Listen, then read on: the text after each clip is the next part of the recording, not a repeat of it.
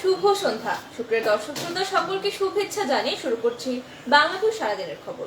Studio থেকে এই মুহূর্তে সরাসরি যুক্ত হয়েছে আমি শ্রাবণী তালুকদার। জানিয়ে দেওয়ার চেষ্টা করব সারাদিনে ঘটে যাওয়া কিছু নির্বাচিত সংবাদ।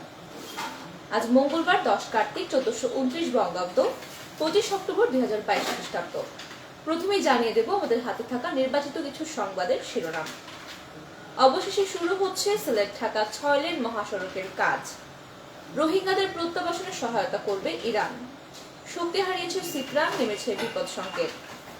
ডিসেম্বরে আসতে পারে আরো একটি ঘূর্ণিঝড় এবং যুক্তরাজ্যের নতুন প্রধানমন্ত্রী ঋষি সুনাক। এতক্ষণ শুনছিলেন আমাদের হাতে থাকা নির্বাচিত কিছু সংবাদের শিরোনাম। এবারে জানিয়ে দেব বিস্তারিত সংবাদ। অবশেষে আগামী 6 ডিসেম্বর থেকে শুরু হতে যাচ্ছে সিলেট ঢাকা মহাসড়কের 6 লেনের সম্প্রসারণের কাজ। 16,918 কোটি 59 লাখ টাকার এই প্রকল্পের প্রথম প্যাকেজের 2 লটের ঠিকাদার নিয়োগে গতকাল সোমবার চুক্তি সই হয়েছে। রাজধানীর একটি হোটেলে সড়ক পরিবহন সচিব এবিএম আমিনুল্লাহ নুরি, সড়ক পরিবহন জনপদ অধিদপ্তরের প্রধান প্রকৌশলী একে মনির হোসেন সহ ঊর্ধ্বতন কর্মকর্তাদের উপস্থিতিতে এই চুক্তিটি হয়। চুক্তি অনুযায়ী আগামী 48 মাসে ঢাকার কাজপুর থেকে নরসিংদী বিসিক পর্যন্ত 35 কিলোমিটার সড়ক নির্মাণ করবে ঠিকাদার প্রতিষ্ঠান।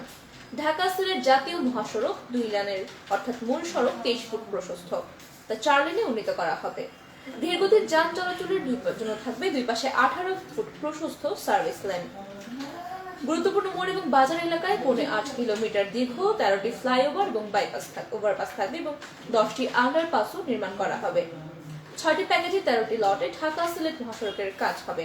প্রকল্প পরিচালক একে মোহাম্মদ ফজলুল করিম বলেছেন, আগামী ডিসেম্বরের প্রথম প্যাকেজের কাজ শুরু হবে এবং দ্বিতীয় ও তৃতীয় প্যাকেজের 4টি ক্রয় প্রস্তাব সরাসরি সরকারি সংক্রান্ত মন্ত্রিসভা কমিটি উত্থাপনে মন্ত্রণালয়ে পাঠানো হয়েছে।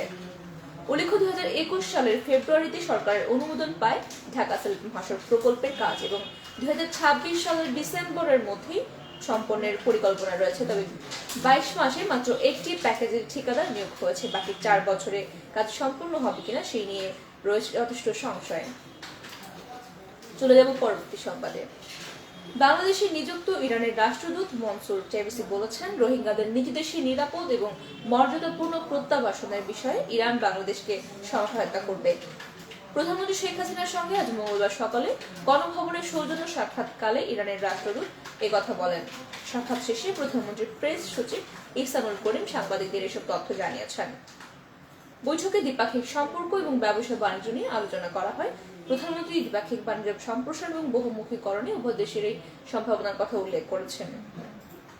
রাশিয়া ইউক্রেন যুদ্ধের কারণে নিষেধাজ্ঞা এবং পাল্টা নিষেধাজ্ঞার কথা উল্লেখ করে প্রধানমন্ত্রী বলেন, এর পরিণতি সারা বিশ্বের মানুষ ভোগ করছে এবং ইরানের সঙ্গে ঐতিহাসিক সম্পর্কের কথা উল্লেখ করে শেখ হাসিনা বলেন, অনেক ফরাসি শব্দ যার সংখ্যা প্রায় 7,000 বাংলা ভাষায় সংযোজিত হয়েছে। এ সময় অ্যাম্বাসেডর আতলাদ মোহাম্মদ বিন জিয়াউদ্দিন এবং প্রধানমন্ত্রীর মুখ্য সচিব ডক্টর আহমেদ কায়েস উপস্থিত ছিলেন।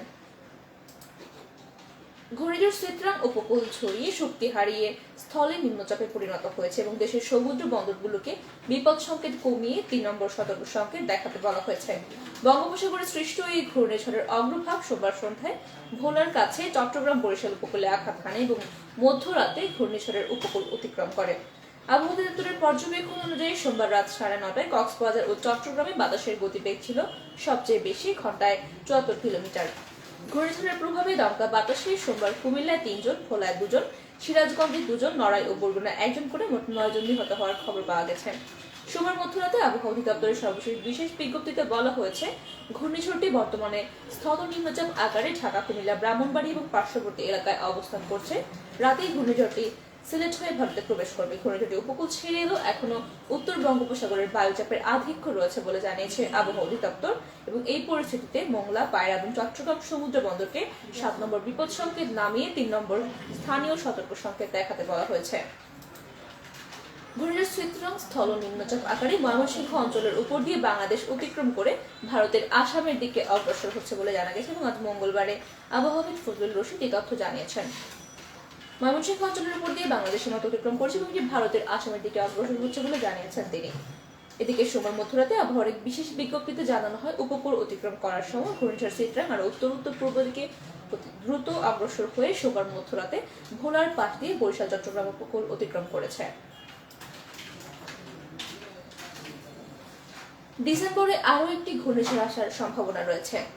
আরও একটি ঘূর্ণিঝড় আঘাত হানতে পারে বলে সতর্ক করেছেন আবহাওয়া অধিদপ্তর। এই বিষয়ে সাবধানতা অবলম্বন করে দুর্যোগ ব্যবস্থাপনা এবং ত্রাণ প্রতিমন্ত্রী ডক্টর এনামুর রহমানকে নির্দেশ দিয়েছেন প্রধানমন্ত্রী শেখ হাসিনা।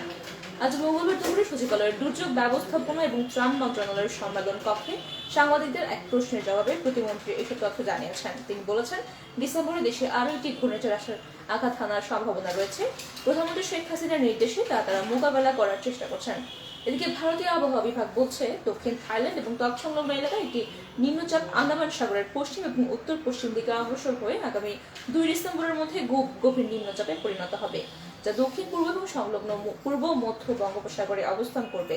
বঙ্গোপসাগরে সেটি ঘূর্ণিঝড়ে পরিণত হবে। এরপর আরো উত্তর পশ্চিম দিকে অগ্রসর হয়ে ক্রমাগত শক্তি সঞ্চয় করবে। পরে 4 ডিসেম্বর স্থানীয় সময় সকালে ভারতের অন্ধ্রপ্রদেশ, ওড়িশা এবং উপকূলের মাঝামাঝি আছড়ে পড়তে পারে এই ঘূর্ণিঝড়টি। এবারে জানিয়ে দেব আমাদের হাতে থাকা সর্বশেষ সংবাদ। যুক্তরাজ্যের সাবেক প্রধানমন্ত্রী বরিস জনসন ইতিমধ্যে ঘোষণা দিয়েছেন, কনজারভেটিভ পার্টির নেতা হওয়ার লড়াইয়ে তিনি থাকছেন না।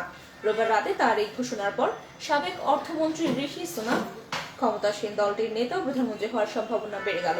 যুক্তরাজ্যের পত্রিকাগুলো ঋষি সুনাকের সম্ভাবনার কথা উল্লেখ করে খবর প্রকাশ করেছে। বরিস জনসনকে নিজের প্রত্যাহার নেওয়ার পর প্রধানমন্ত্রী হওয়ার পথ পরিষ্কার হল ঋষি সুনাকের, এবং ঋষি সুনাকের একটি বড় ছবিও ছাপিয়েছে সেখানকার স্থানীয় পত্রিকাগুলো। এছাড়া যুক্তরাজ্যের ডেইলি মিরর এবং দ্য সান একই রকম শিরোনাম প্রকাশ করেছে। ঋষি সুনাক ছাড়াও প্রধানমন্ত্রী এবং কনজারভেটিভ পার্টির নেতা হওয়ার লড়াইয়ে রয়েছেন সাবেক প্রতিমন্ত্রী প্যানি মর্টন। তার সম্পর্কে বলা হয়েছে, আশপাশের আইন নেতারা বলছেন, বরিসকে যারা সমর্থন করছেন তারা এখন সাবেক এই প্রতিরক্ষা মন্ত্রীকে সমর্থন করছেন। তবে জানা গেছে পেনি মর্টন ক্ষমতা থেকে তিনিও সরে গিয়ে ঋষি সুনাককে সমর্থন করেছেন, যার ফলে এখন ঋষি সুনাকের প্রধানমন্ত্রী হওয়ার সম্ভাবনা দৃঢ় হয়েছে।